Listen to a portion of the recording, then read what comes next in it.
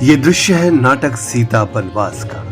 इसमें माँ सीता धरती में समा जाती है।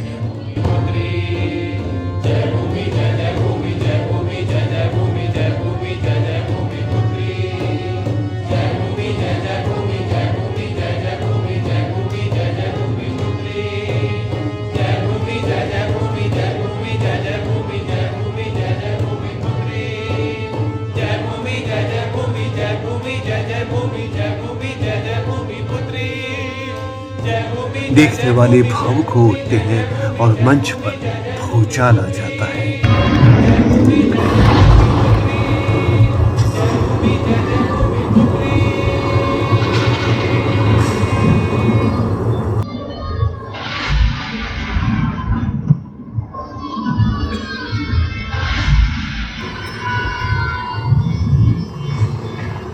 और ये दृश्य भी कुछ कम दिलचस्प नहीं।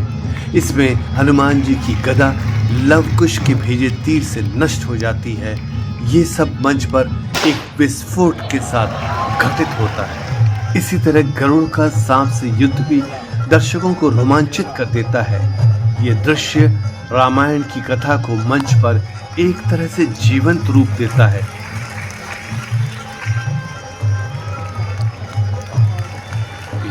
नाटक का संगीत और इसके शायराना संवाद भी दर्शकों को भावुक कर देते हैं।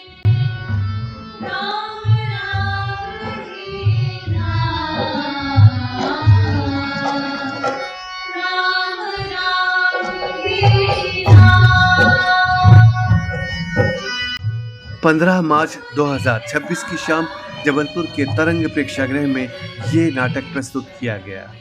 इसमें पारसी थिएटर की 100 साल पुरानी परंपरा का जादू फिर से नजर आया, मगर मंच पर इस कला और तकनीक को कर दिखाना आसान नहीं था। इसके लिए जबलपुर के रंगाभरण थिएटर के सहयोगियों और कलाकारों ने क्या कुछ किया, ये जानने के लिए हमने नाटक के निर्देशक अक्षय से ठाकुर से बातचीत की। ये बातचीत नाटक के प्रदर्शन के बाद हुई। सहयोग जबलपुर की थिएटर आर्टिस्ट पूजा केवट का रहा। नमस्कार। सीता बनवास। आज हमने कुछ देर पहले जबलपुर के तरंग प्रेक्षागृह में यह नाटक देखा। पारसी शैली की यह प्रस्तुति थी, जिसका निर्देशन किया था मेरे साथ मौजूद अक्षय सिंह ठाकुर ने। ये बहुत ही प्रतिभाशाली निर्देशक हैं। हम इनसे दो चीज़ों पे बात करेंगे।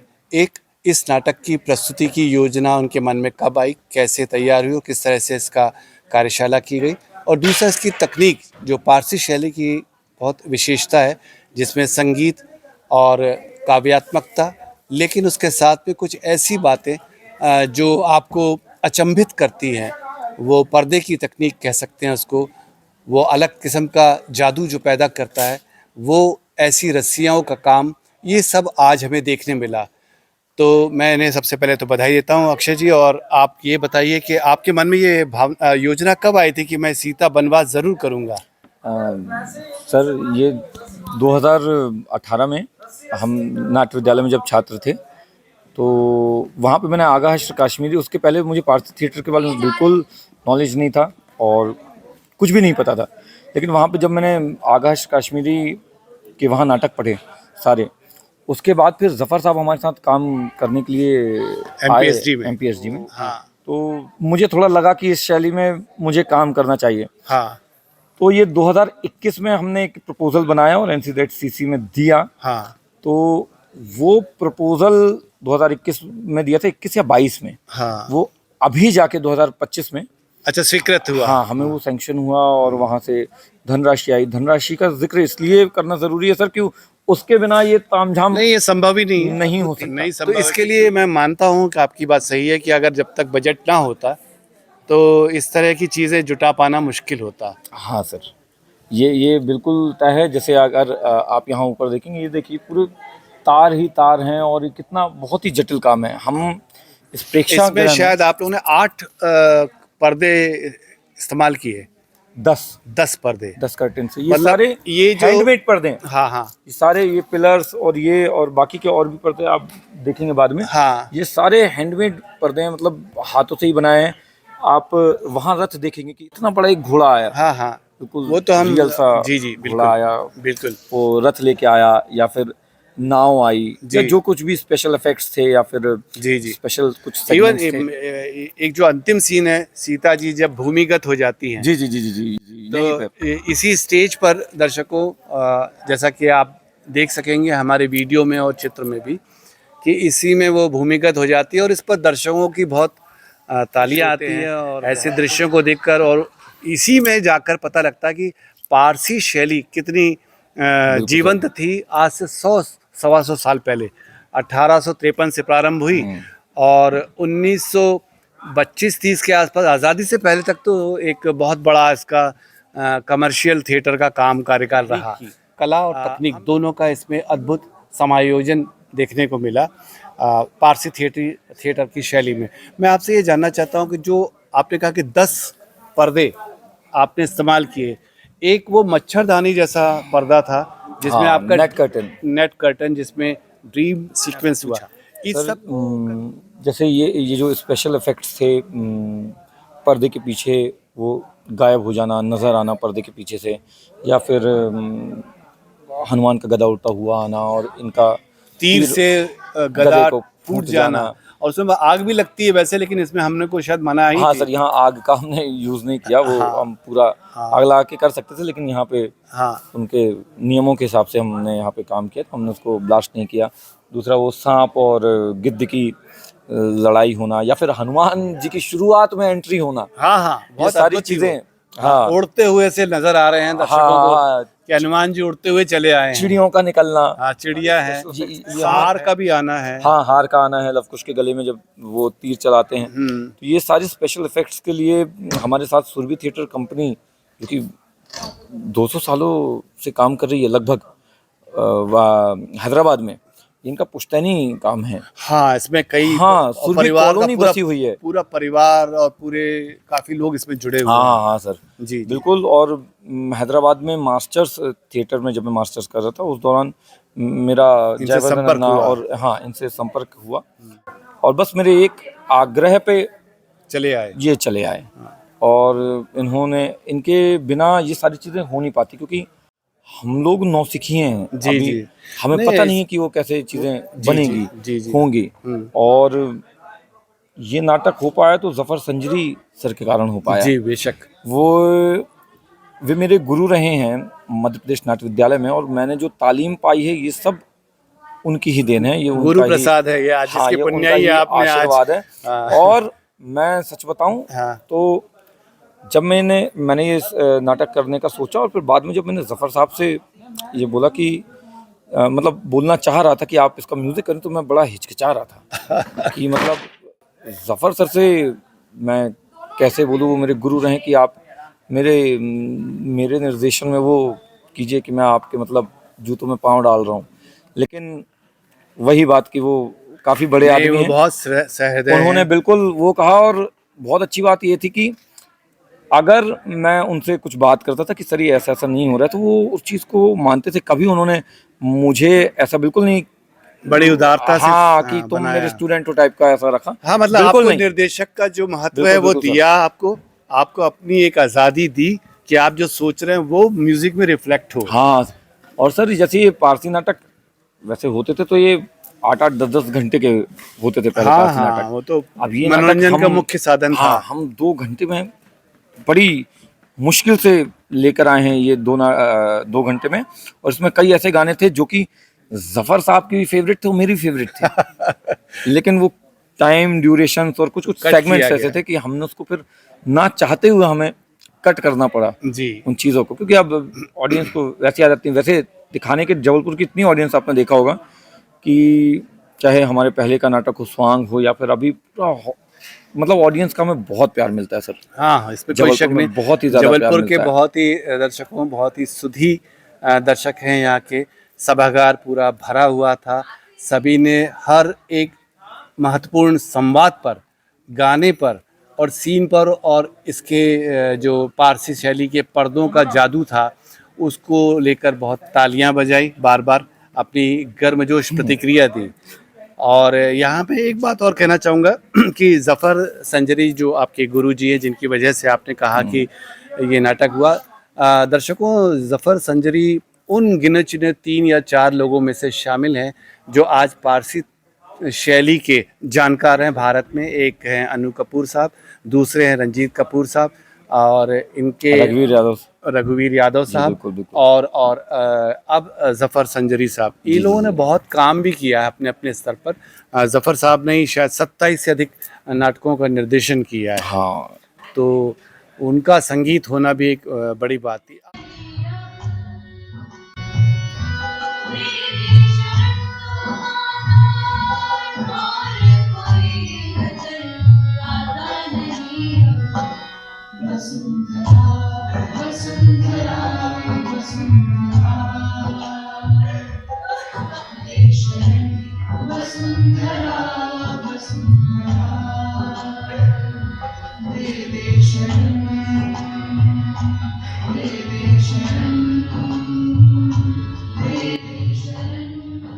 मैं जबलपुर में हूँ और यहाँ सीता बनवास का पारसी शैली में अभी अभी मंचन संपन्न हुआ है और मेरे साथ हैं इसके निर्देशक अक्षय सिंह ठाकुर। इनसे हमारी चर्चा जारी है। अक्षय जी, आपसे मैं जानना चाहता हूँ कि जब आपकी ये स्वीकृति मिल गई कि आपको बजट पास हो गया और आपको लगा कि अब ये स्थिति आ गई कि हम नाटक कर सकते हैं, तब फिर आपने किस तरह से इसका प्लान किया कि कैसे करें इसको? मतलब आपने वर्कशॉप की, इसलिए पूछ रहा हूँ मैं। सर हमें NCZ-CC से ग्रांट मिली थी इस नाटक की और उस समय सर हमने सोचा था कि इसको वर्कशॉप के दौरान करना है और मैं रेसिडेंशियल वर्कशॉप पे ज़्यादा मेरा फोकस था, क्योंकि दिक्कत ये होती है शहर में कई बार काम करने से कि कभी कोई आ रहा है, कभी कोई नहीं आ रहा, लेकिन अधिकतर लोग जो बाहर से आके रहते हैं उनके पास कोई चारा नहीं होता, तो हम उनके साथ दिन रात कभी भी काम कर सकते हैं। हमारा काम रात को अभी आप घर चलेंगे मैं आपको बताऊंगा, वहाँ पे 2-2, 3-3, 4-4, 5-5 बजे तक काम चलता था, सुबह से रात तक इसी सब चीज़ों में हो रही है। सुबह हमने फिर उसको अच्छे से वो कर लिया था प्रोसेस कि कितने बजे से कितने बजे क्या सेगमेंट रखना है, म्यूज़िक का सेक्शन कब हमें रखना है, फिर उसके बाद स्क्रिप्ट पे कब काम करना है, डांस पे कब काम करना है, मूवमेंट्स पे कब काम करना है, फाइटिंग सीक्वेंस पे कब काम करना है। ऐसे करके अलग अलग लोग हमारे साथ जुड़े जो कि मतलब इसमें बिल्कुल महारत हासिल करके रखते हैं। संगीत में ज़फ़र साहब थे, पूरा मोर्चा उन्हीं ने ही संभाला, उनके संगीत के बिना ये संभव ही नहीं था कि हो। और नृत्य संरचना शैबी ने की और मूवमेंट्स अनुदीप ने किए और ऐसे करके बहुत सारे लोग जोड़ते तो पर्दे किसने पेंट किए? पर्दे बनाए हैं 2 लोग थे आप बता रहे थे। ये अंजलि राउत और तरुण ठाकुर, इन्होंने उसके लिए प्रयास हाँ, किया। इनका ही पूरा मार्गदर्शन था और साथ में उनका पूरा साथ दिया एक भूमिका, वो आज आ नहीं पाई, वो भूमिका जी। आज उसको कहीं जाना था तो वो लगी रही। ये दिन रात ये पर्दे सर पेंट होना, ये टोटल 10 पर्दे हैं और ये पेंट होना लगभग आज से 2 महीने पहले पेंट होना शुरू हुए थे और ये अभी नाटक के पहले बहुत बड़ा काम है। ये हाथ से हुआ है सब कुछ या इसमें कुछ और? नहीं सर, सब कुछ ये हाथ से पेंट हुआ है। ओह, और ये मतलब वही बता रहा हूँ, नाटक के आधे घंटे पहले तक ये पेंट हो रहे थे।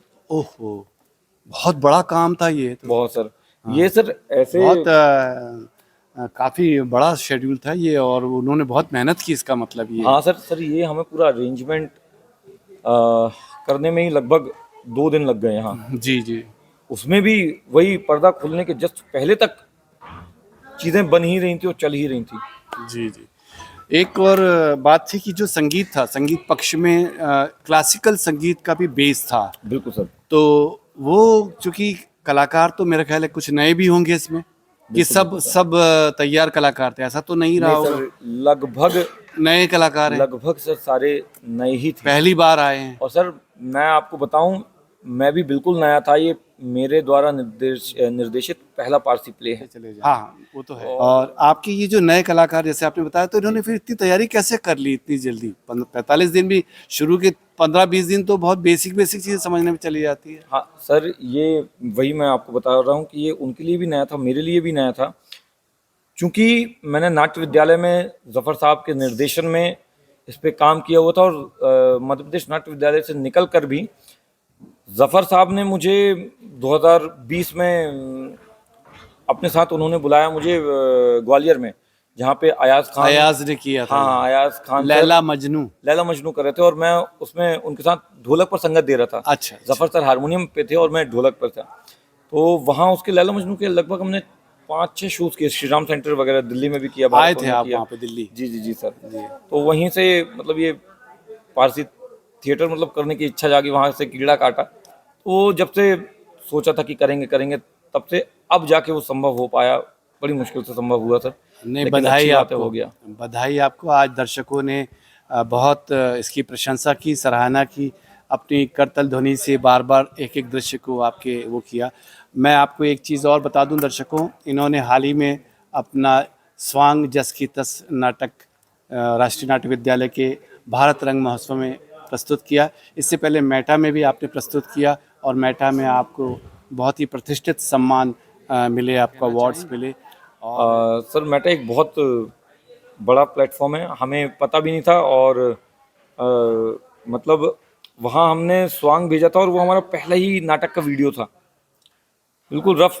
हमें खुद नहीं पता था कि वो होगा कि नहीं। और जब वहाँ से मुझे फ़ोन आया तब भी मुझे नहीं पता था कि मतलब मेटा क्या है। लेकिन जब मैं वहाँ गया तो मैंने वहाँ सारी चीज़ें देखी कि एक वो बहुत बड़े और बहुत ही अच्छे बहुत लेवल का, बड़े और हाई स्केल पे करते हैं और बिल्कुल कलाकारों का उतना ही सम्मान भी रखते हैं वो। बिल्कुल सर, सर बहुत सम्मान रखते हैं। और उसके कारण हमें काफ़ी रिकग्नाइजेशन मिला पूरे ऑल ओवर इंडिया में कि तब से हमारे स्वांग के शोज़ लगभग हम पूरे भारत में मतलब करते फिर रहे हैं।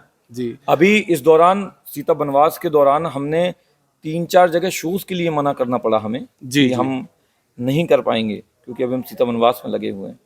अच्छा, उसके लिए प्रस्ताव मिले आपको? हाँ सर बिल्कुल।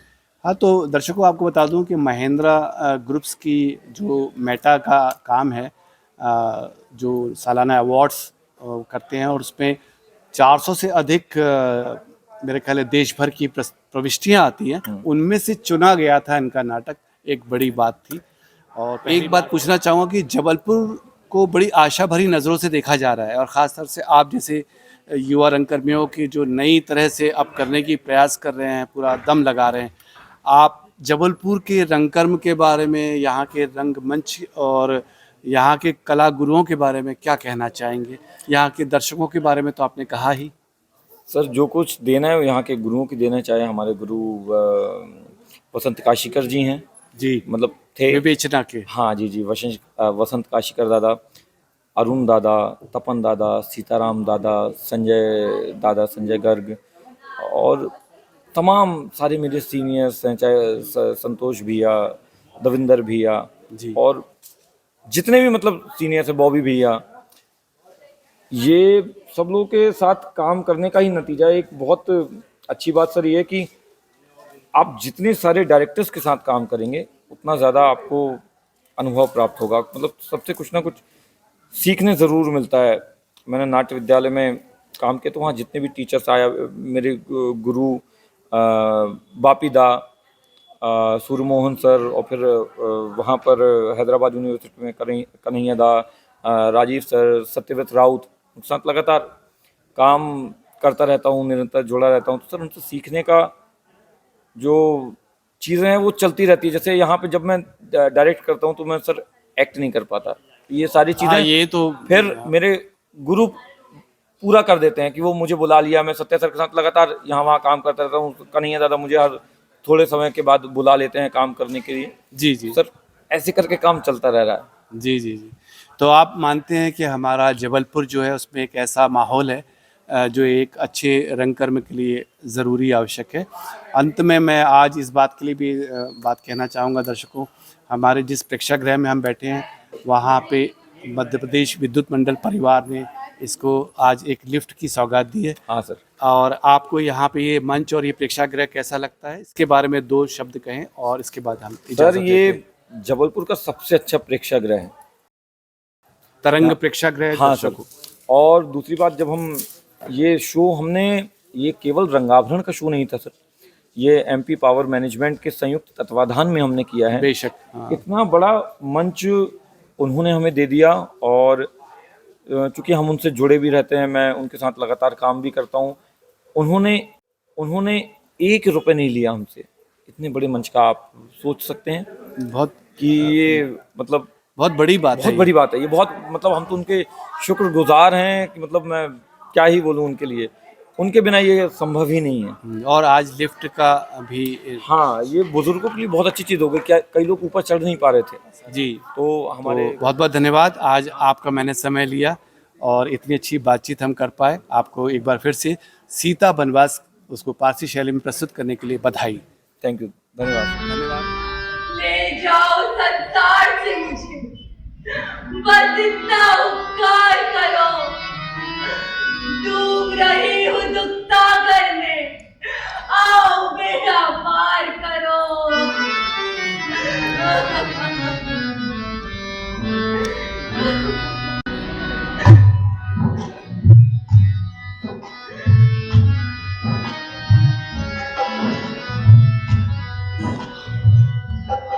वसुंधरा वसुंधरा